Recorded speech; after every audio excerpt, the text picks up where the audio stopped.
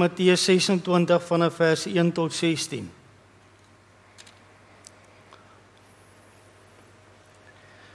En die gedeelte gaan eintlik met daaroor dat Jesus dwing ons tot 'n keuse.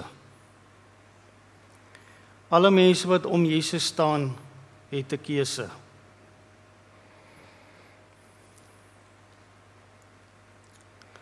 My Bybel is dit op bladsy 41 in die Nuwe Testament.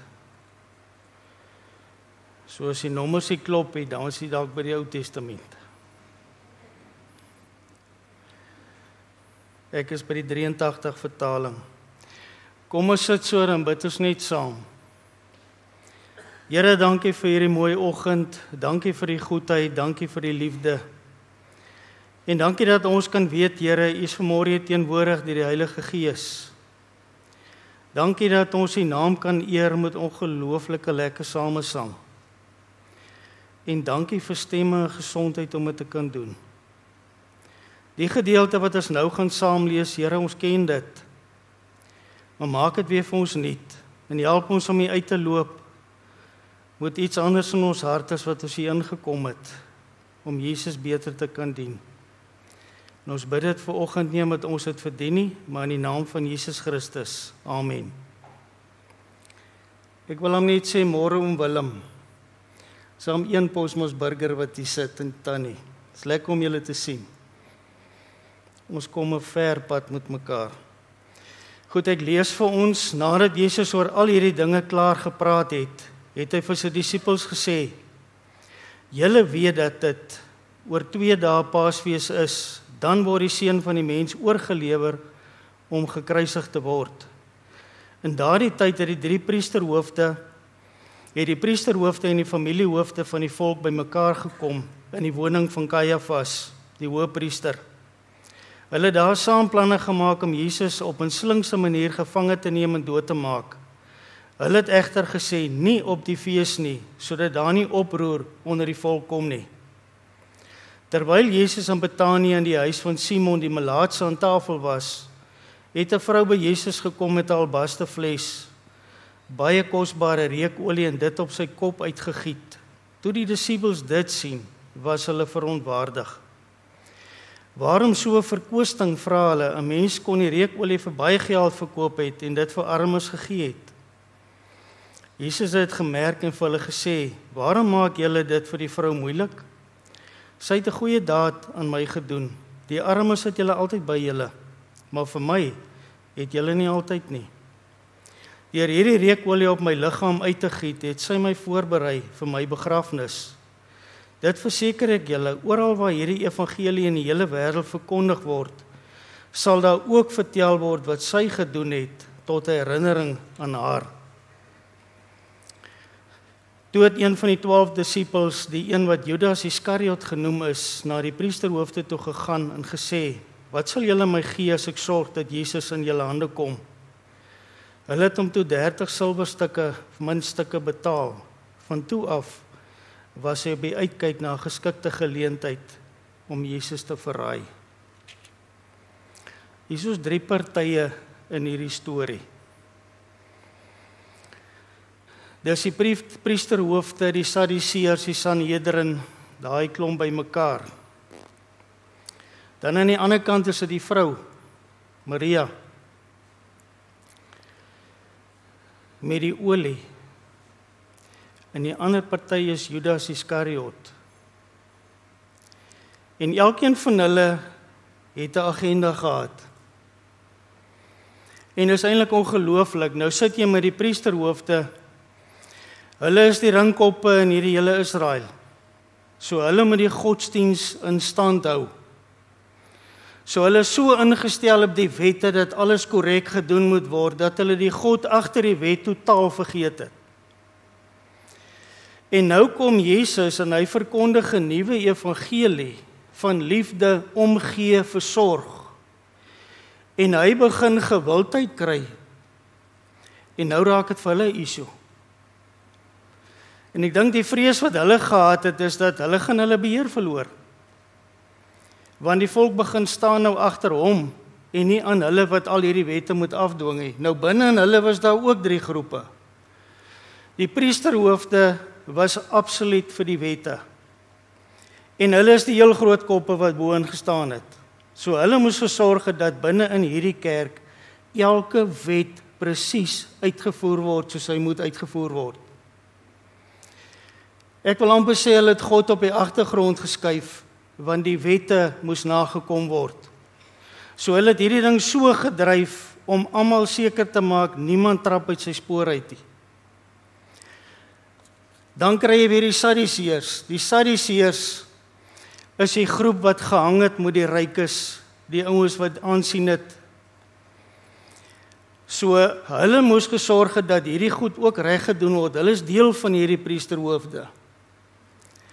En hulle moes ook gekyk word, maar hulle vrees was as hulle aansien verloor as gevolg van wat hierdie Jesus nou doen, het hulle nie meer hierdie groot koppe aan hulle kant nie. Dis die ouens wat die geld het. So ek moet my game reg speel sodat hierdie ouens nie hulle onttrek van my af nie. En dan sit ons met die Sanhedrin wat al hierdie mense bymekaar gehad het. Dis 71 van al die groot koppe en almal wat met die kerk te doen gehad het. Kan amper sê die synode. Hulle moes gekyk het dat al hierdie ouens in hulle spore trap. Nou beland Jesus, is my eintlik mooi wat hier staan, in Betanië in die huis van Simon die Melaatse aan tafel was. Ons weet nie of hierdie Simon een van die mense is wat deur Jesus genees is nie. Maar al wat ons uit die evangeliese geskrifte kry is dat Jesus het gereeld as hy daar verbygaan het by Simon gaan oorslaap. En hoe kom hierdie vrou aan? Nou, nêrens staan daar wie sy eintlik is nie. Dit lyk asof sy die suster was van Martha en Lazarus. Sy kom met 'n flesie olie daaraan. Nardusolie ingevoer van Italië af. Die waarde van daai flesie olie was een ou se jaarlikse salaris. Kom ons sê, ons werk op R6.000 'n maand. 12 maal 6 is R72.000 is die waarde van daai flesie olie. In vandag se waarde. Gestel jy kry R100.000 'n maand, wat is die waarde van daai flesie dan?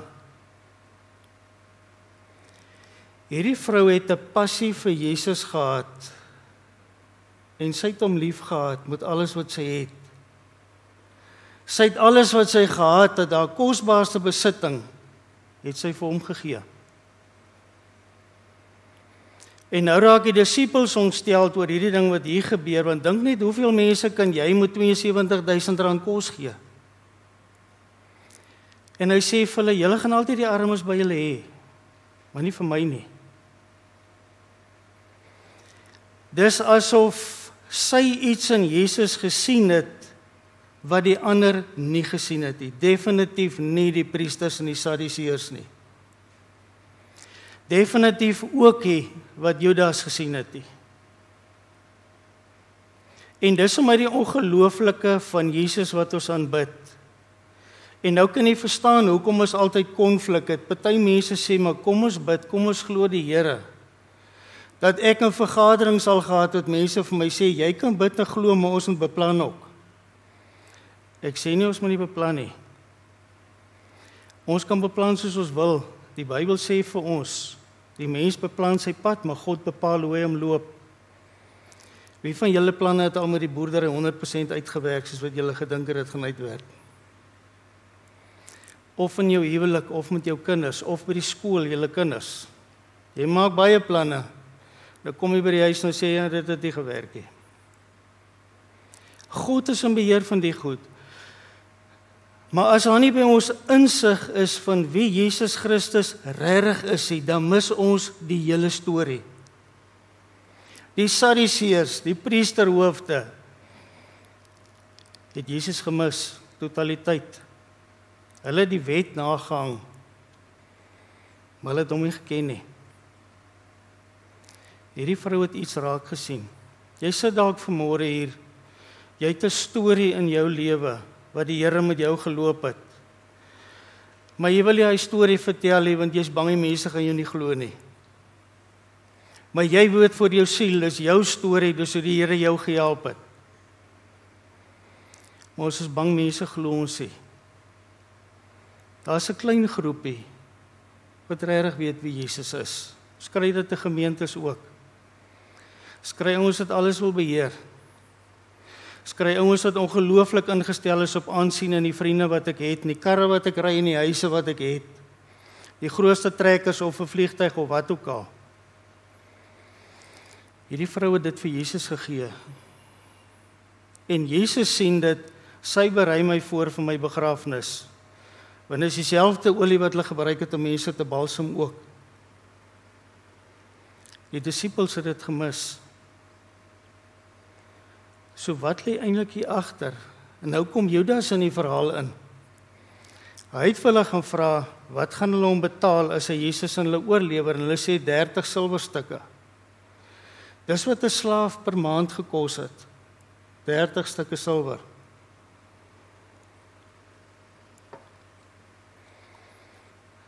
Kan jy sien wat se waarde wegheg ons aan Jesus? Die Sadduseërs het dit gemis, hulle wou die wette reg hê. Judas het dit gemeet aan, dis 'n klomp geld wat hier vermors is, maar hy verkoop Jesus vir 30 stukkies silwer. 'n Arbeider se maand se salaris. Hy het glad nie geweet wie Jesus is nie. En hy val daarvoor, hy kry sy 30 stukke silwer en toe is sy heeltyd sy agenda is om Jesus uit te vang waar hy vir hulle kan wys. Watter rol speel hierdie storie in ons lewens? Klink dit nie baie bekend dat ons partykeer in die kerk so ingestel is om al die reëls en die goed wat vasgestel is so vas te hou dat ons nie kan vernuwe nie. En ek sê daarmee glad nie, ons moet die struktuur weggooi nie. Jesus is binne in hierdie struktuur. Ons moet hom nie mis nie. My en jou persoonlike verhouding, watter rol speel die Here regtig daar? Vertrou jy hom regtig met dit wat jy bid?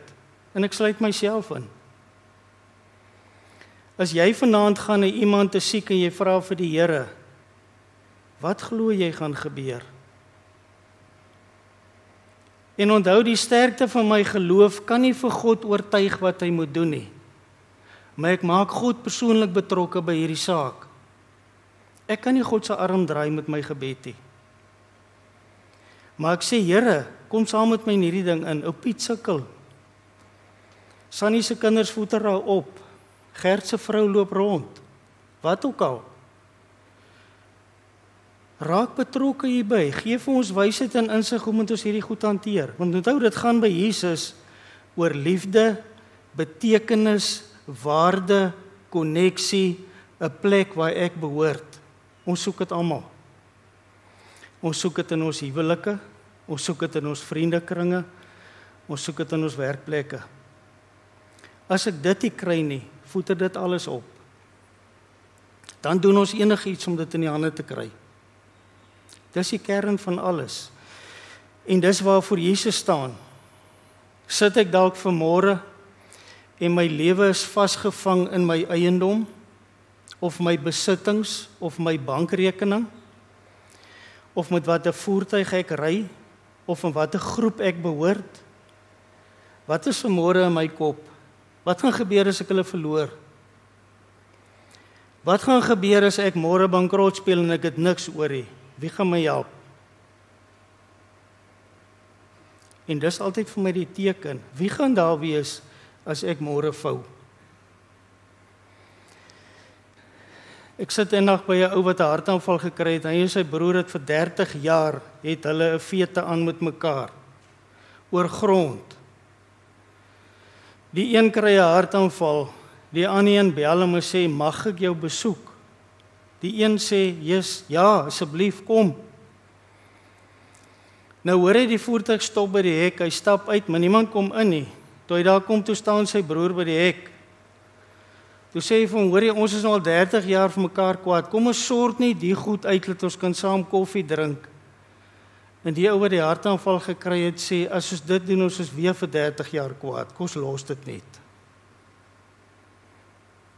Wanneer gaan ek die goed wat ek so saamsleep net los en oorbegin? So wat hou jou vanmôre vas dat die kruisdood nie 'n verskil maak in hierdie goed wat ek en jy saamsleep nie? En dis wat Martha gesien het, hier lê iets anders. Christus staan uit. Sit ek dalk vanmôre vasgevang in agendas, dat ek moet weet, hoe moet ek hierdie ding skuif om my besigheid reg te kry, ongeag of dit wetties is of nie? Speel geld dalk so 'n rol in my lewe, dat ek my hele gesin versaak? Ek het al hoeveel keer met kinders gesit, wat se ouers in verskriklike hoë posisies is. Sit 'n kind by my, sy staan net 9. Sy sê vir my, oom, ek het nie meer plek vir al my iPhones en my iPads en my laptops. Elke keer is my pa weg en hy bring dit vir my saam. Ek is nou graad 11. Hy het nog nooit vir my gesê, ek is lief vir jou en ek is trots op jou nie. En sy staan akademies uit bo alles en almal. Hoe het ons daar gekom? En dis waaroor hierdie gedeelte gaan, dat Jesus maak iets los binne in jou.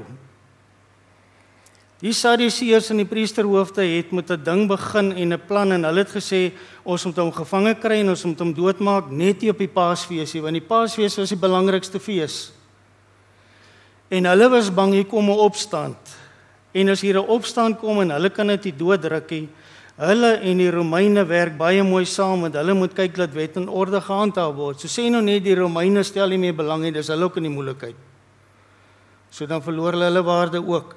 Die Sadduseërs weer, Jesus, al hierdie ryk ouens in die Romeinse regering wat deel is van ons gaan hulle aansien verloor.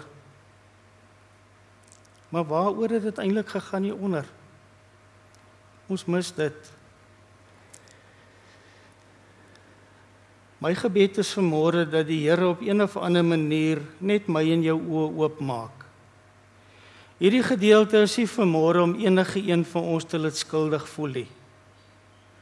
Dit gaan oor ek en jy moet besef waarmee ons besig. Jy alleen is verantwoordelik teenoor die Here en ek ook.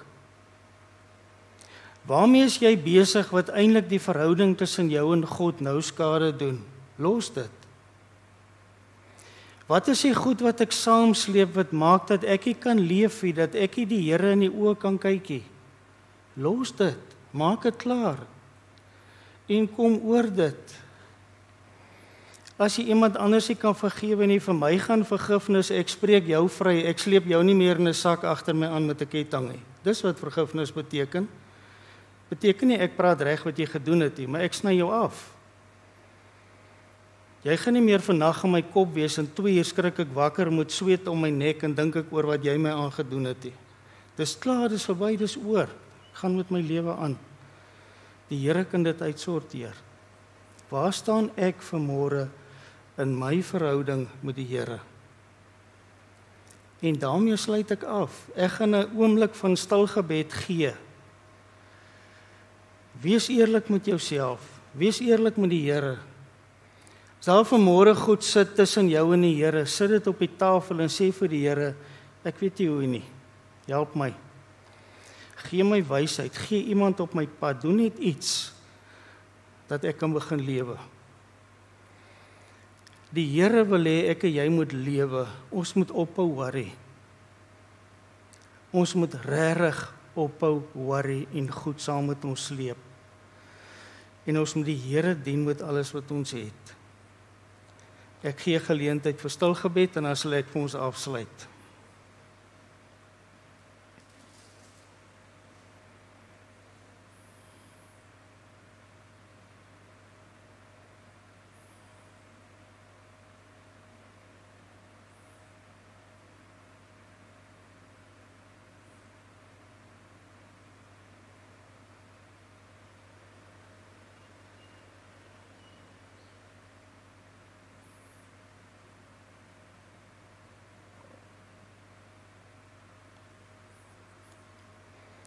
Here, hierdie gedeelte is vanmôre eintlik bevrydend.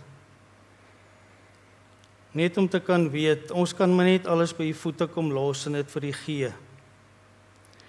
Al hierdie goed wat ons vashou, al die goed wat ons beskerm, en maak dat ons U kan lewe en U kan dien nie. Kom sit ons vanmôre op die tafel. U ken vanmôre elkeen wat hier is. U ken hulle wat inluister vanoggend. U ken elkeen se hart.